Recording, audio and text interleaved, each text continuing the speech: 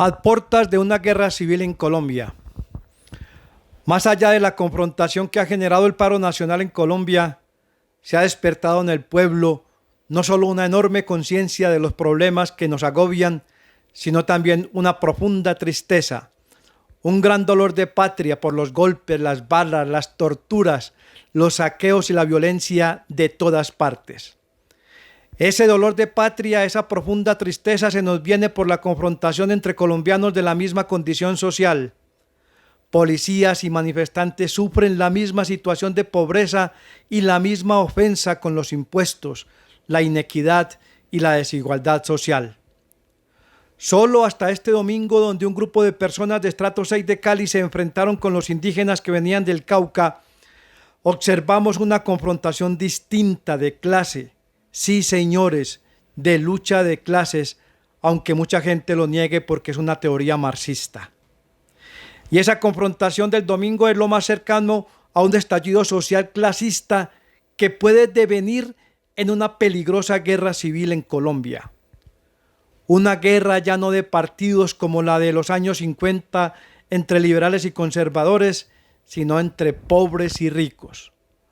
No podemos ocultar los graves problemas que ha generado el gobierno del presidente Duque desde el momento de la reforma tributaria de 2019, que exoneró de impuestos a las grandes corporaciones y multinacionales mineras, empresariales y al sector bancario y financiero, quitándole el presupuesto de la nación cerca de 16 billones de pesos.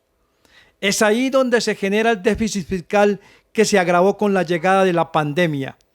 Por eso se vinieron los paros y los bloqueos de finales de 2019 y comienzos del 2020, antes de la pandemia, que ya habían despertado la chispa de la inconformidad y la protesta que se avivó en el 2021.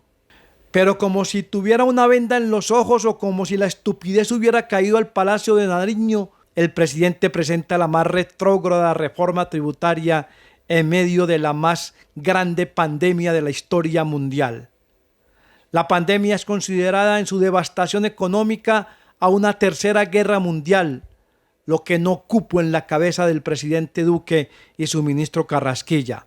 Y claro, la gente aguanta, pero hasta cierto punto. No podemos ocultar que las violencias que vemos en la calle del país tienen diferentes orígenes. Una de ellas es la espontaneidad de los estudiantes frente a la provocación que genera la presencia del ESMAD. Otra muy grave es aquella de los infiltrados de la protesta, tanto de agentes del Estado como de grupos al margen de la ley, como las guerrillas del ELN y las disidencias de las FARC y otros. Son los oportunistas, aquellos que participan para tratar de saquear y robar el comercio. También las acciones y reacciones de los que provocan los bloqueos con sus vehículos y los que tratan de impedirlo, no solo la fuerza pública, sino como sucedió en Cali, personas de la sociedad civil que se están armando para intervenir contra la protesta. Pero podemos afirmar sin equivocarnos que el 95% o más de los manifestantes son colombianos que salen a la calle porque sienten la profunda injusticia e inequidad social que vive el país.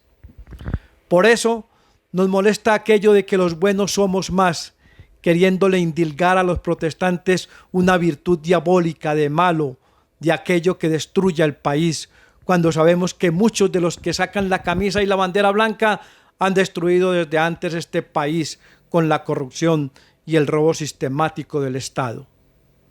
Esta cantidad de actores sociales provocan una situación muy compleja que, de persistir, se saldrá definitivamente de madre y puede desencadenar en una guerra civil en Colombia, como lo han marcado muy bien los corresponsales de las agencias de prensa y de los diferentes medios internacionales apostados en Colombia. Tenemos que comprender esta complejidad y mirar el abismo al que podríamos estar condenados de continuar en una protesta sin definición. Por eso, queremos insistir, como lo vienen haciendo muchos colombianos, es hora de razonar, de pensar con cabeza más fría, por fuera de la calentura política del momento y de las rabias provocadas por los desmanes y los bloqueos. Y ese raciocinio nos debe llevar a pensar en parar la destrucción del país, en detener el deterioro al que estamos llegando en la economía, el comercio, la agricultura y todos los sectores productivos. Detener la violencia ya, detener la muerte ya. Empezar el diálogo con disposición y reconocimiento de los errores. Trabajar sobre los puntos puestos en la mesa y convocar a la población al desarme y al trabajo. No es abandonar la protesta, sino dosificarla para que sirva para algo, para que no canse, para que no se vuelva paisaje, para que el pueblo que en un momento determinado apoyó las manifestaciones no se vuelva en contra por acoso de hambre, de desesperación y de dolor y tristeza de patria. Se puede acordar una nueva fecha en 2 o 3 meses para un nuevo paro, de acuerdo con las conversaciones que se adelanten. Pero no se puede continuar en la indefinición que tenemos ahora, poniendo todos los días muertos, desasosiego, destrucción y sobre todo incubando odios.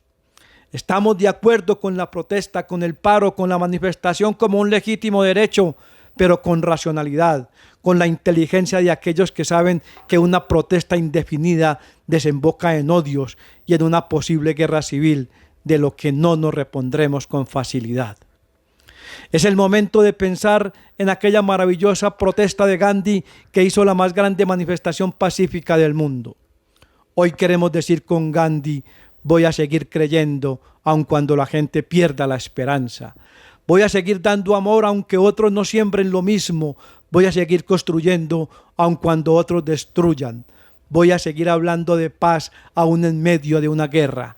Voy a seguir iluminando aún en medio de la oscuridad. Y seguiré sembrando aunque otros pisen la cosecha. Y dibujaré sonrisas en rostros con lágrimas. Y transmitiré alivio cuando vea dolor. Y regalaré motivos de alegría donde solo haya tristezas. Invitaré a caminar al que decidió quedarse. Y levantaré los brazos a los que se han rendido, porque en medio de la desolación habrá un niño que nos mirará esperanzado, esperando algo de nosotros. Y aún en medio de una tormenta por algún lado saldrá el sol, y en medio del desierto crecerá una planta. Siempre habrá un pájaro que nos cante, un niño que nos sonría y una mariposa que nos brinde su belleza.